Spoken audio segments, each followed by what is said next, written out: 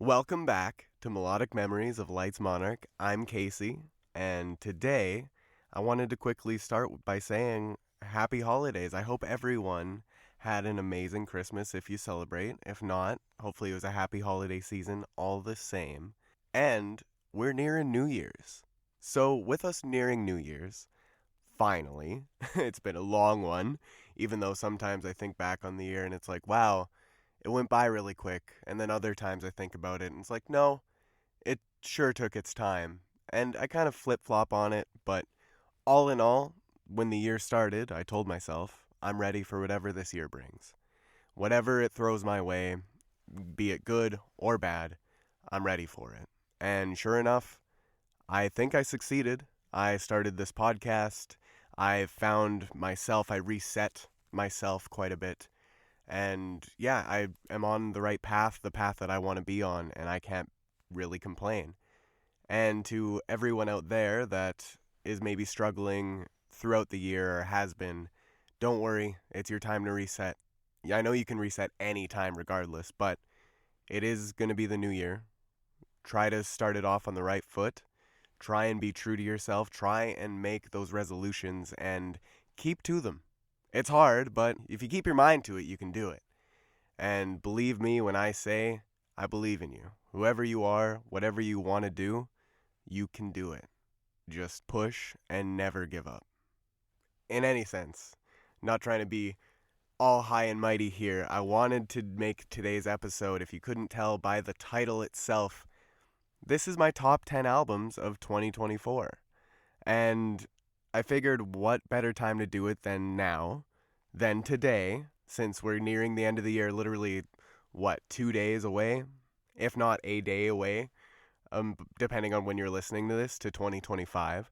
Absolutely insane that we're almost there, but I figured again, what better time to do a top 10 albums of 2024, what the year gave us, what these amazing artists were able to create and give to us, this art of theirs that they poured their hearts and souls into for us, the fans, the listeners, the consumers. At the end of the day, art is art, and this is completely subjective.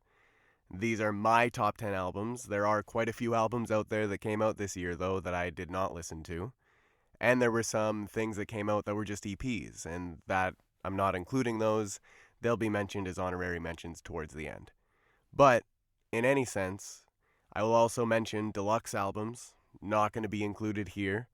I will mention them, but they are not counting towards the placement that I put them in my list here.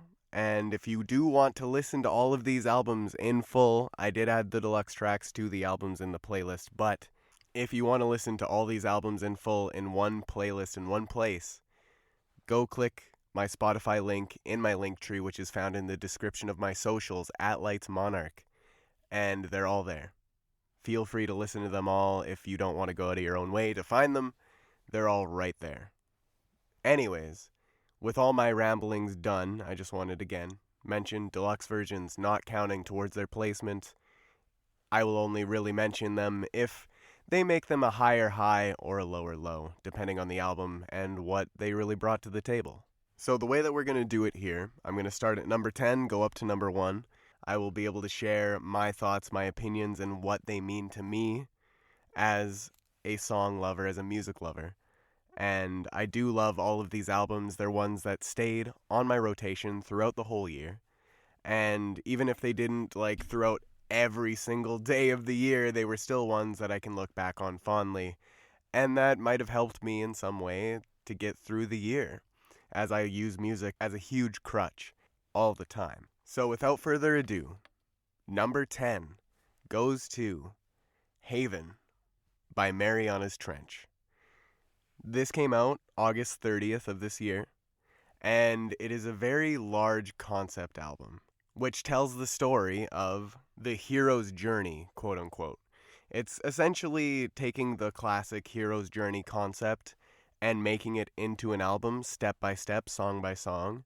So I would give my favorite song off the album, but I can't really pick one, as every song on this album really builds to the grand finale, which is Haven itself, the title track at the very end. And that song, I guess I could consider my favorite, but only because it is like the culmination of everything that came before it. And the track listing goes A Normal Life, Lightning and Thunder, I'm Not Getting Better, Down to You, Now or Never, Into the Storm, Ancient History, Stand and Fight, Turn and Run, Worlds Collide, Nights Like These, Remember Me By, and Haven. It's a 13-song album, 52 minutes long, again, August 30th. It is a great album. Marianas Trench are back, full force. You can tell the production on this one, they went way far beyond anything they've done before, and that's saying something. Marianas Trench has always been huge. And when I say huge, I mean huge on their production. They feel like they're ripped straight from musical theater, like you can tell the inspiration that they have, and Josh Ramsey, the singer, how meticulous he can be, along with the whole band. I'm sure they all are very meticulous, and they're just incredible songwriters, incredible song creators.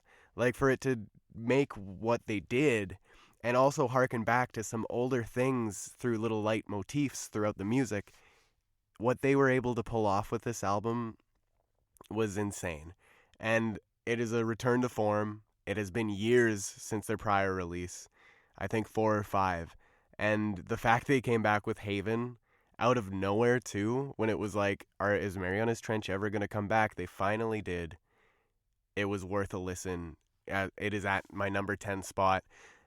And that's saying something. That means every album above this one, I felt, or at least I thought, and I enjoyed more, thought was better, whatever you want to say, that Haven comes out at number 10.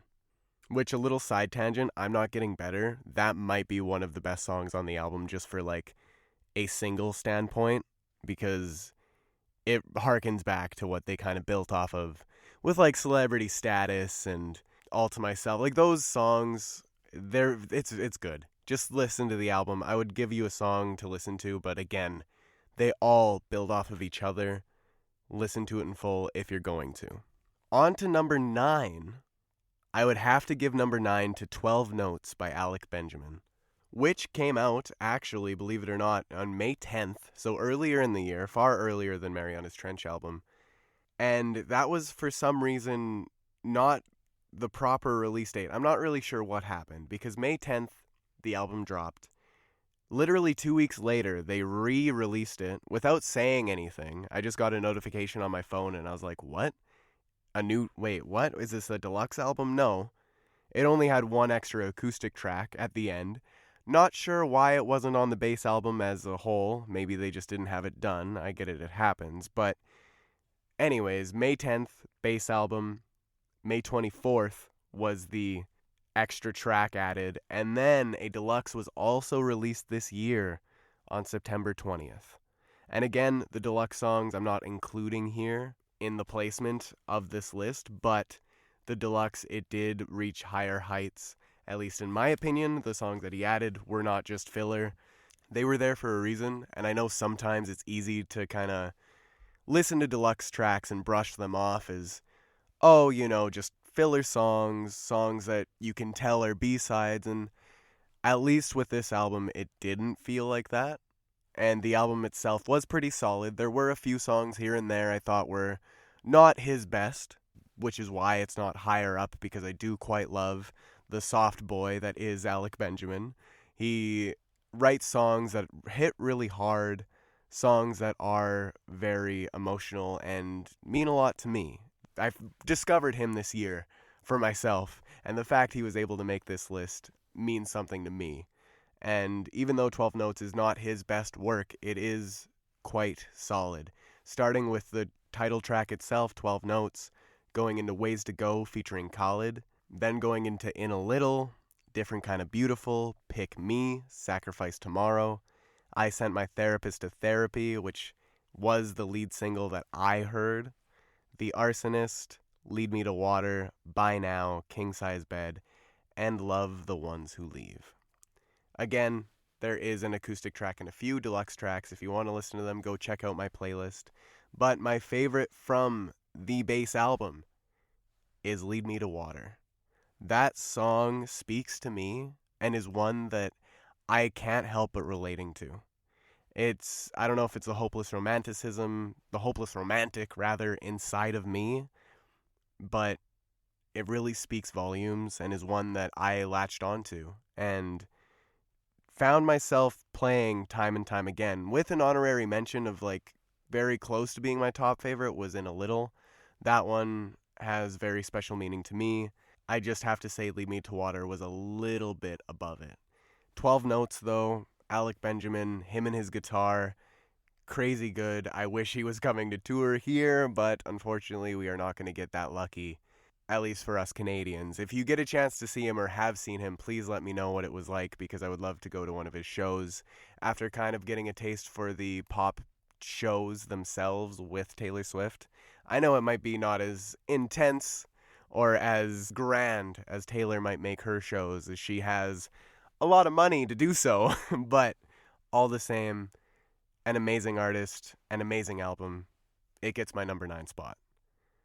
Then on to number 8, I have to give it to Fame on Fire with their album, The Death Card, which came out September 6th of this year, later on in the year again. But I randomly found this album. I can't remember how, to be completely honest. I want to say it was either my Spotify recommending it to me, or, and I hate sometimes how this happens, but when it happens well, it happens well. It might have been through TikTok.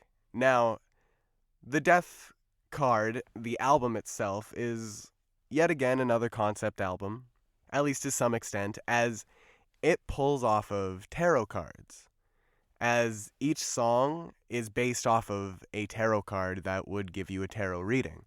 And I thought that was awesome. As soon as I seen the track listing, it instantly pulled me in. I'm not one that's super duper spiritual. I have friends that are. I believe in it for sure. Like, I know there's something out there in terms of like spirituality, the energy of the universe. Tarot readings are sometimes very accurate. You got to keep an open mind to these things, just saying. But not to come off preachy, the Death Card album itself is honestly just solid throughout. It's like a metalcore kind of very rock album. I loved it. I was so happy to fucking stumble across it and be able to experience it in full after hearing, I think Chains was my first song. And that is my favorite song off the album, Chains, The Tower. It represents the Tower card. And I'll just read off the track list here. It starts with No Tomorrow, the Death Card. Nothing Left, the Fool. Nightmare, the Devil. Desire, the Moon. Spiral, Justice. Suicide, the Lovers. Us Against the World, the Chariot. Habits, Temperance. Chains, the Tower. Unalive, Ten of Swords. Closure, the World. And Lie to Me, Seven of Swords. Now, as I said, Chains, the Tower is my favorite. It is definitely the most kind of one that you would think of getting popular, I guess, like their big grandiose one, which has actually SIM featured. Don't know the band, but it might even be pronounced as Sim for all I know. But a close second would be Lie to Me, Seven of Swords. That song is so emotional. There's so much power behind that song that unfortunately I can't help but relate to it. It is a very sad song. It's about being lied to, like, don't leave me, just lie to me, give me the love I want, regardless if you're completely lying to my face. Like, it's one that I relate to. I've felt those feelings, and as sad as it is to say, it is a very close second. And then I would have to say a close third would be Nightmare, the Devil, which just slaps. It's one of the hyper songs on the album, but it's also, you know, again, it follows the suit of the album, the tone of the album, and it's all very solemn and reflective and powerful through its emotion. The way that it's able to draw the inspiration from these certain tarot cards, I think they did it really well. And Fame on Fire isn't that big of a band. Like, they do have over 1 million monthly listeners, don't get me wrong. They are big, but in comparison to someone like Alec Benjamin or Marianas Trench, they are on the smaller side. But that doesn't detract from the album at all. They still hold their ground. They stand their ground, and they stand it well. I must say the Death Card is worth the 8th, if not even higher. I could have put them higher, to be honest. I struggled with these 7 and 8 here. I was going to put... It could have fluctuated, it could have flip-flopped, but in my official ranking, it is my number 8 album, and for good reason. Go listen to it if you like metalcore, rock and roll music. You will not be disappointed with this one. On to number 7, I would have to give it to Popular Monster by Falling in Reverse. Now, this one is the one that I meant could have flip-flopped with the Death Card. I wasn't super sure on where I wanted to put it, only because I know Falling in Reverse gets a lot of flack. I know that. Ronnie himself is a troll. But it goes both ways. People say he's a shitty person, other people say he's great. It depends on how he views you, how he values you. I don't really know. Don't know the guy, don't mean to shit on him. I would love to talk to him at some point just to get an insight into his psyche, because I've never seen another person like him, really. But all of the politics aside, for what his band is, just based on the music, the album itself, it's intense. Like, the fact that he was able to put all these songs, like, the music has been released over the past, 4 years. I think since 2019, that was the drop of the title track, Popular Monster, before it was even thought to be an album. And I think that's one of the things that detract from this, is that you can tell the album itself was a bit of an afterthought. I think it's hilarious that he used his mugshot as the album artwork. I think that really shows how much balls Ronnie has to just kind of say fuck you to everyone. And it still be, I think, one of the higher grossing rock albums of the year. Not the highest by any means, as that goes to 21 Pilots with Clancy, but, and I mean highest in sales. The Popular Monster album itself came out August 16th, with a bunch of songs. I think there were only 4 new ones when the album dropped, and that was kind of what was sad about it. Amazing album, great time, as it went from the opener prequel to Popular Monster, the title track, All My Life with Jelly Roll, Ronald with Tech Nine and Alex Terrible, Voices in My Head, Bad Guy with his wife or girlfriend, not quite sure, Saraya, Watch the World Burn, Trigger Warning, which is my personal favorite off the album, not including singles. If I was including singles, I'd probably have to give it to Watch the World Burn. When that song dropped, it was completely over. I was so happy to see that live. Oh my god. The way that he just goes into the raps, and it's so, effortless. It's good. And then it goes to Zombified, No Fear, and Last Resort Reimagined, which is a cover of the Papa Roach song, which did get its blessings. Papa Roach, the man himself, the band, they blessed it. They gave him the okay. I would have to say, the album, it's solid. It is a very solid rock album. Whether you like Falling in Reverse or not, they have talent. They're able to produce songs incredibly well. And if anyone thinks that their music is garbage, listen to it. And I mean this, even the haters. Just give it a listen. And you have to admit, at least, that they are able to make and craft songs quite well. Even if it's not your cup of tea, even if you hate Falling in Reverse because of Ronnie Radke, the album itself is quite solid. And I would have to say, deserves my 7th spot on my top 10. And I also just can't get over the fact he used his mugshot. I know I already mentioned it, but that was probably the highlight when it was announced. I was like, no fucking way. This man, the balls on this man. Insane. But to stop rambling about that, number 6 goes to The Secret of Us by Gracie Abrams. Coming out June 21st with a deluxe version that did drop October 18th. And I have to say, it is an album that I slept on. This year I did. I think I even mentioned that in a previous episode. I slept on this album, unfortunately, and it's really sad that I did, because this album does deserve my number 6 spot, and Gracie Abrams, hello? I listened to it when it first came out, but then kind of forgot, unfortunately, because of the influx of albums, and I really wish I didn't, because When I heard the deluxe version after the Taylor Swift show that I was able to attend in Vancouver, I absolutely fell in love with it. I relate to it. I feel her feelings that she feels, and my God, does she ever have an amazing performance. She really blew it out the water with this, and I don't know any of her old albums. I can't compare it to anything else, except for just seeing her live, and that's really what pushed me to love it.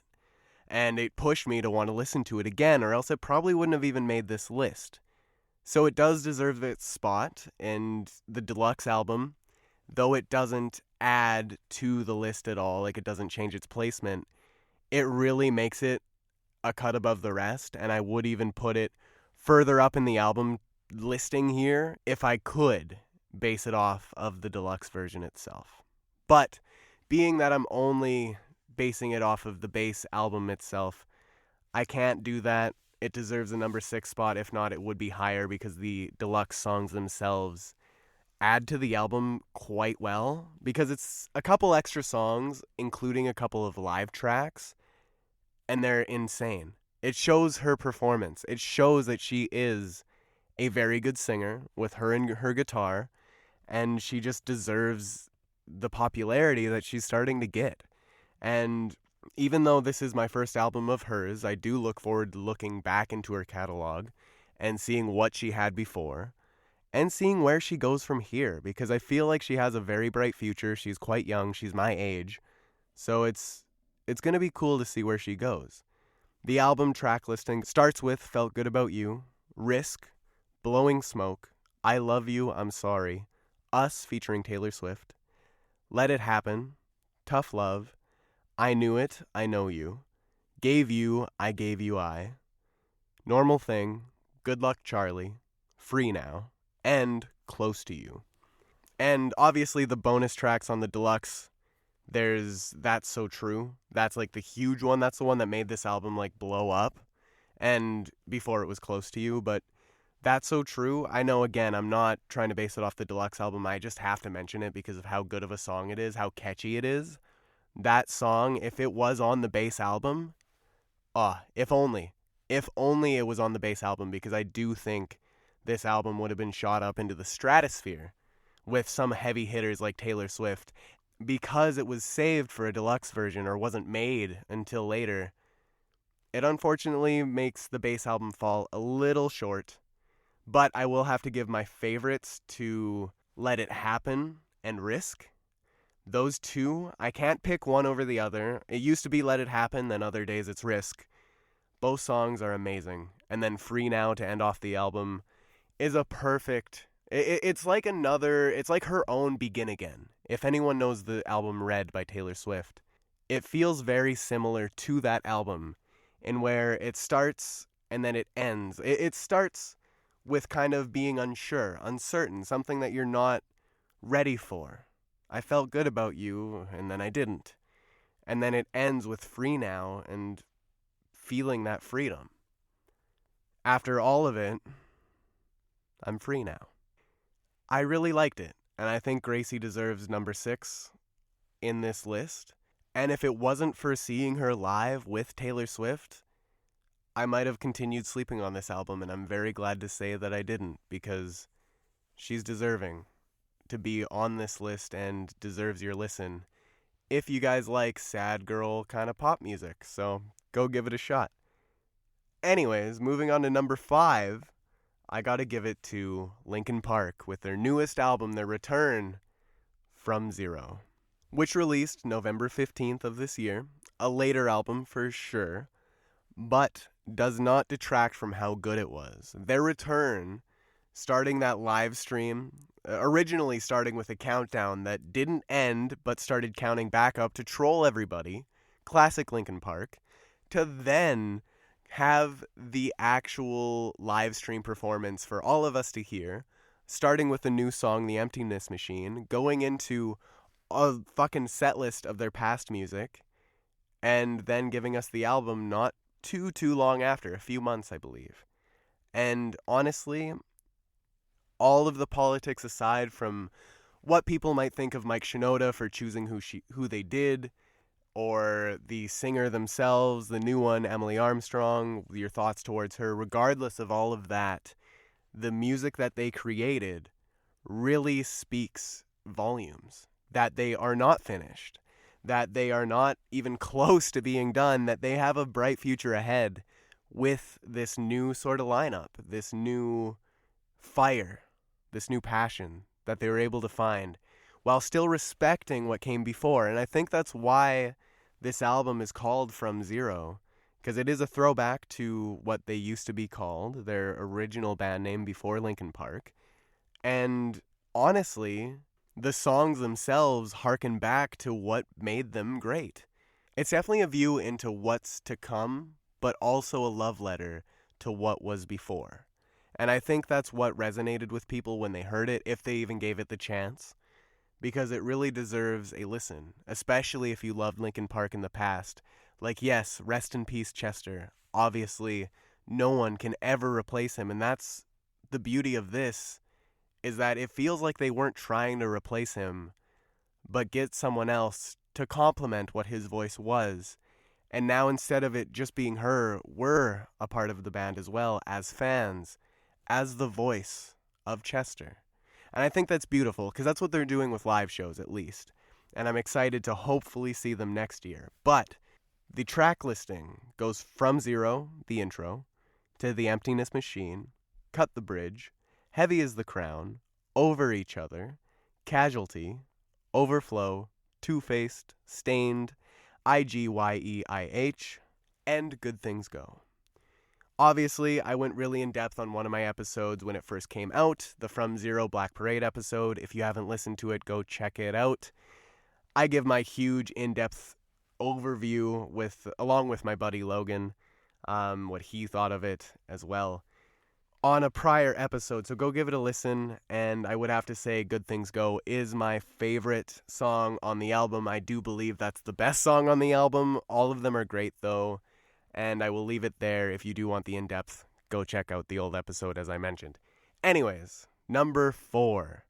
We're getting close to the top here. My number 4 pick has to be The Tortured Poets Department by Taylor Swift. Now, some of you might be wondering, why isn't that higher? Aren't you a huge Swiftie? You went to Taylor Swift. You had like 2 episodes about her. You talk about her all the time. Well, yes, I did think this album would be my top album of the year, if not close to the top. And it is safe to say that it's not. And I am not ashamed by saying that, because the albums that I do have above it, I do believe are better, or at least I resonated with more. And Taylor Swift, no disrespect to her, the album came out literally on my birthday, at 10 p.m. on my birthday. It came out April 19th, technically April 18th because of my time zone, that's why I say my birthday, but the anthology dropped 2 hours later, which had 15 extra songs. Now, if it wasn't for that, if the anthology was the base album, I'd definitely put this higher in my list, because the album was just the original 13 songs or whichever it was. I do have to say it deserves my number 4 spot. Does not detract, does not mean it was a bad album. It's still really high up. And it is one of my favorites of the year.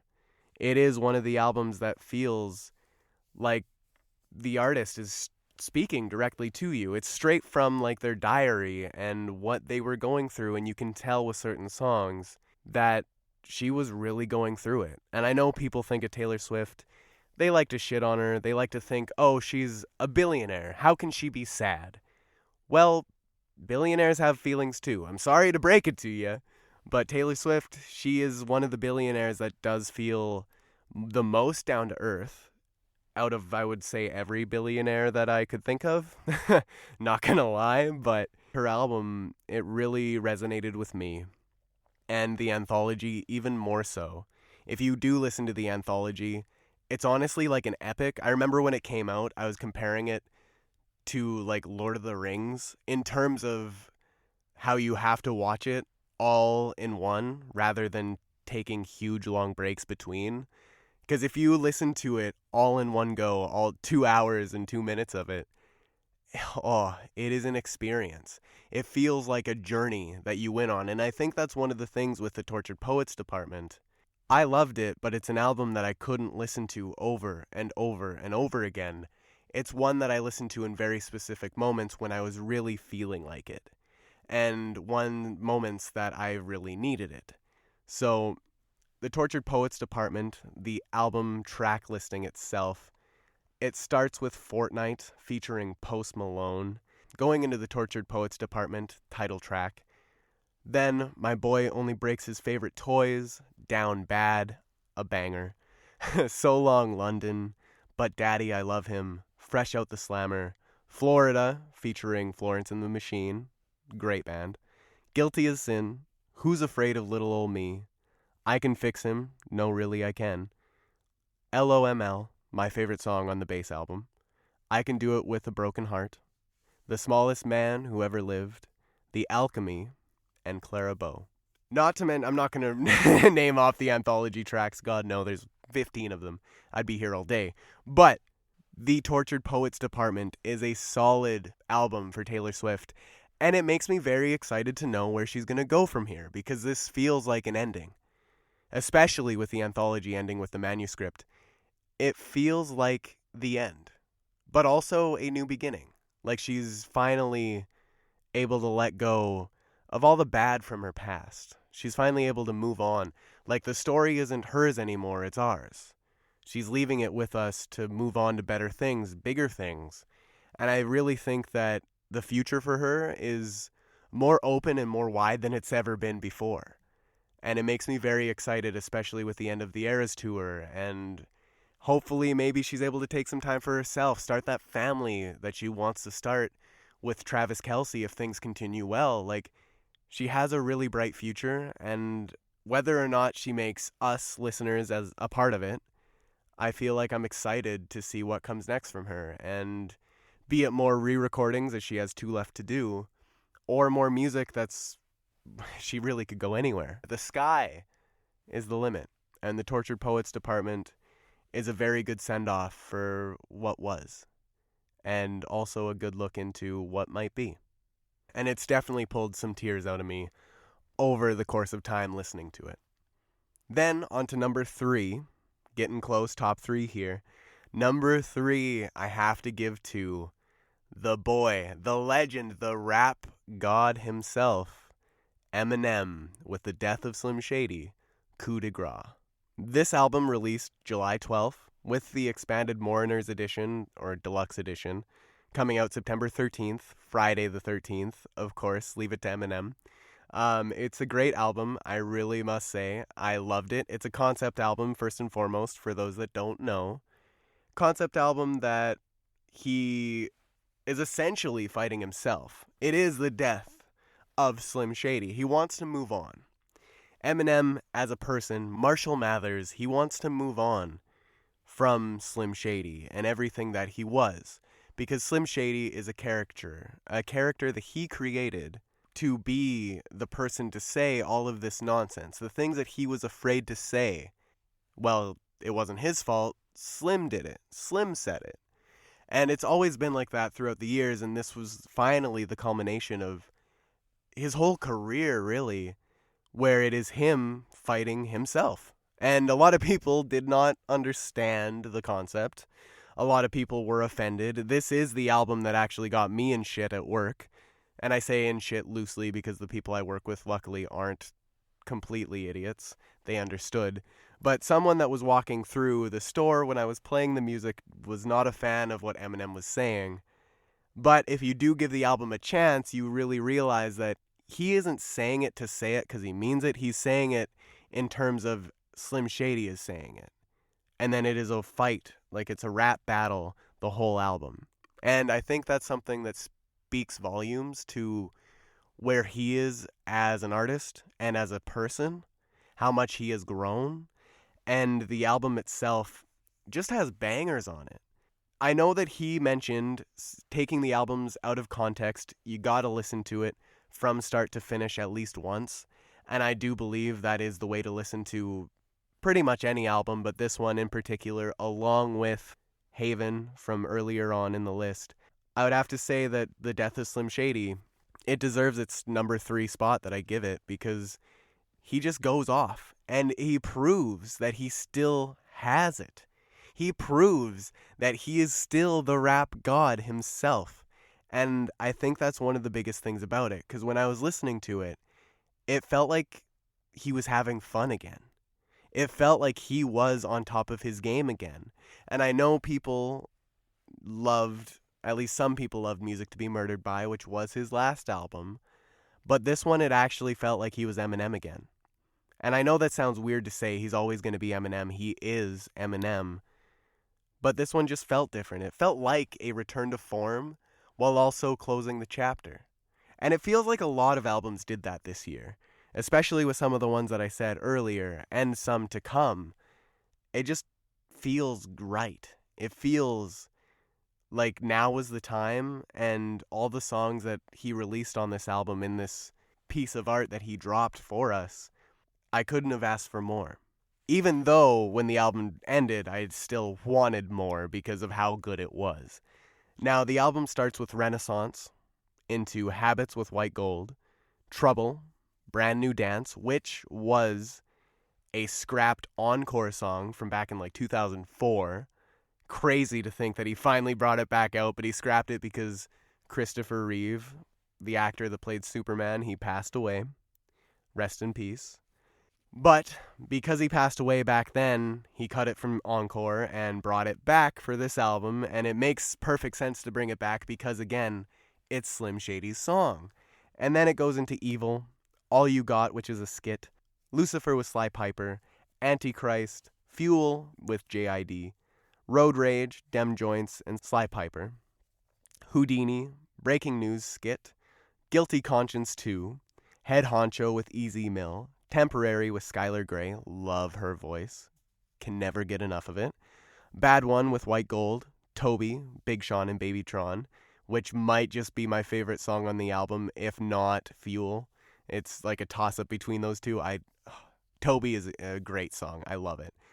Guess Who's Back skit, and ending with Somebody Save Me with Jelly Roll. That song, along with Temporary, bring the tears. Oh my God. Listening to it for the first time, I did not think, along with the internet was in the same boat, did not think that we would be crying because of an Eminem album. And I know Eminem has powerful songs, he has emotional songs, but that's not what he's known for. He got shit hard on for having that kind of vibe, those emotional songs, on Revival, and that being like the main point of that album. And then the fact that he wasn't afraid to go back to touching songs like that. Like, yes, it's not the whole album that's like that, but he found the place. He found the right balance for what people want. Because when people listen to Eminem, they're not necessarily looking for that. If you want that kind of vibe, you'd go to NF.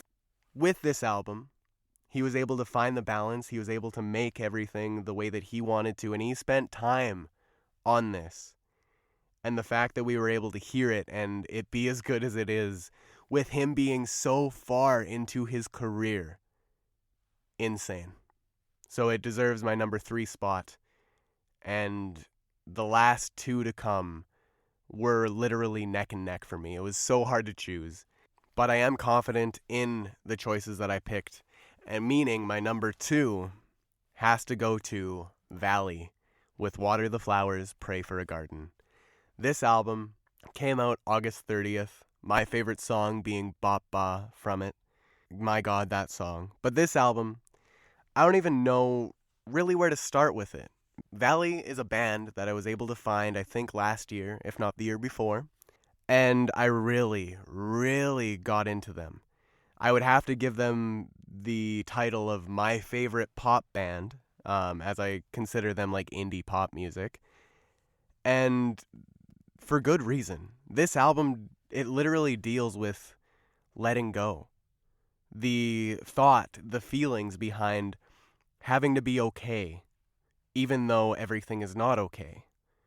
The acceptance of things ending, things coming to a close, without maybe getting the closure that you so desire, just accepting it for what it is and letting it go. And I think that's the most powerful part of this album, and I don't mean to get emotional, but this album, it really, really speaks to me. And that's why I say this one and number one were so close. But this album, it helped me. It spoke to me when I needed it, and it fueled me to push. It fueled me to be able to do these things that they speak of, that they sing of. And I just adore every single second of it. And the fact that I was able to see this album on tour live even amplifies it to no end, because if you go to my TikTok, you'll see the videos I took. You can hear me through them, and I apologize, but also I don't, because it was such a powerful and emotional moment that Valley was able to capture, not only live, but in the album itself. It's like the truest album they were able to ever create throughout their whole discography, and it feels, even as they put it, the most them that they're able to feel, the most authentic versions of themselves. And that's part of it, is that it's also a very authentic album. Now, it starts with the title track, Water the Flowers, Pray for a Garden, into A Little More, Growing Apart, When You Know Someone, Let It Rain, Crawl Space, Mosquito, Bop Ba, I Didn't Even Ask for This, Bass Player's Brother, Life Goes On Without Me, and Cocoon. Again, I could continue going off. I could continue just praising this album because it deserves it. It really does. From jumping from song to song, and the way that it just flows into each other and has so much emotion behind like every song that it never ends. It's an album that constantly leaves me wanting more. I wish it was longer. I hope it gets a deluxe version. I praise it to the high heavens. It is one of my favorites of the year, and it deserves it. If you have not listened to Valley before, please go give this album a listen. It speaks to me. I really hope it does to you. And if you need a song to start with, give When You Know Someone a listen. It was actually used for the World Juniors. Believe it or not, like, I don't know who likes hockey here, but side little tangent, the World Juniors, they used When You Know Someone as one of the songs for one of the collages, the montages that they were able to make. And that made me so giddy. I was so happy.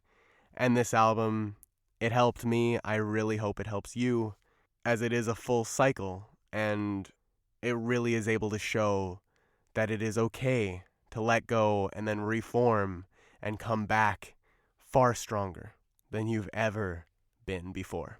We then move on to, drumroll please, number 1, Clancy by 21 Pilots. Now, is anyone really surprised about this? Because I know I'm not. If you've listened to my podcast, maybe you are if you haven't listened to what I've been talking about the past, couple months. But 21 Pilots with Clancy came out May 24th. Would have came out May 17th to match the anniversary of Blurryface release date, but it was delayed because they were working on these music videos that they dropped the day of release, all of them except for Paladin Straight, which I will get into. This album, it was a return to form. It was the return of 21 Pilots, and I can't say how happy I was for it to happen. I didn't know I needed it until it came, and the fact that it came, it was everything. To open up with the I Am Clancy video, I know we were getting billboards and stuff all throughout the world, and little letters from Dima, and little kind of Easter eggs here and there, and then we finally got the I Am Clancy video explaining the lore that people have been breaking down for over 10 years of their lives. For them to just drop a video being like, yo, here's the lore, is insane. And I know that my bias is coming out because I do love 21 Pilots, but bias aside, Clancy itself, it is a good album. And it's an amazing album to say that it was able to have a different genre every single song. None of the songs are the same. Every song feels fresh. Every song feels new. And that's even comparing it to their back catalog. It is wild to see what they were able to do with this album.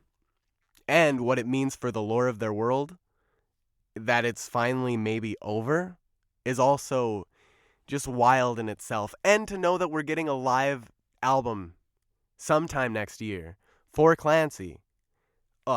Just I could die. I could ascend. Like honestly, it starts with Overcompensate, which was their return, into Next Semester, and then into Backslide, which were the first 3 singles, going into Midwest Indigo, Routines in the Night, Vignette, The Craving, Jenna's version, Lavish, Navigating, Snapback, Oldies Station, At the Risk of Feeling Dumb, and Paladin Straight as an end. Where do I even begin? At the Risk of Feeling Dumb is my favorite song on the album, has been since it came out, but that doesn't detract from any of the songs on the album, because every single one, I would have to say, were amazing. I love every song on this album, and I know them by heart. The one that deserves to probably be the most famous would be Routines in the Night. I think that one is the one that, if anyone listened to it, they would like the vibe of it, because it is very vibey, and that's something the whole album has. The vibes are on point. Fans might love Paladin Straight. That one's a really sad one, but it ends... the way it ends gives me goosebumps every time. And I don't mean just the first time that I listen to it, and I'm not even exaggerating. Every single time I have heard Paladin Straight, from start to finish, when I'm giving it my full attention, I get goosebumps. Every time. I'm not going to spoil the end if you haven't heard it, but if you have, you know what I'm talking about. Clancy by 21 Pilots deserves my number 1 spot. The whole album is a standout, and I adore it to pieces, bits and pieces. I'm so happy that it was able to come out, and the way that it came out, I cannot wait to see what comes next for them. We already got The Line, which is technically what's next, but that was for League of Legends Arcane. Clancy itself, amazing album, so happy it is what it is.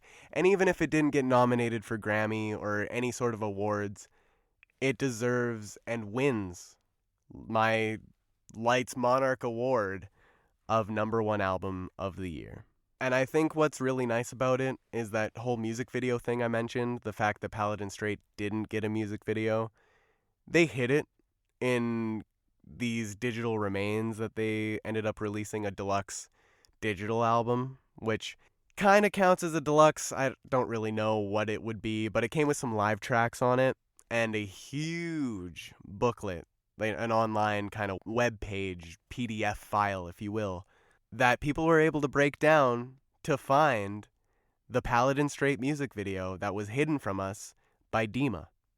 And I know people that don't know 21 Pilots might not know anything of what I'm talking about, but the build up to that, if you were able to be a part of it, you know how amazing and intense it was, and the fact that they were able to do all the music videos the way they did, and did the stream for it, to not even care about cutting their numbers for streams themselves, because they were streaming on YouTube, it just goes to speak volumes of them as artists. The fact that they don't care about numbers, they just care about their fans, it really brings a smile to my face, and it's so wholesome to know that a band that is this far in their career and this large is also one that cares so much. I adore them, and this album follows suit with my adoration. So, in saying so, that is my top 10 of 2024. With a few honorary mentions, as I mentioned before. These are either EPs, singles, or deluxe albums that dropped this year where the base album didn't.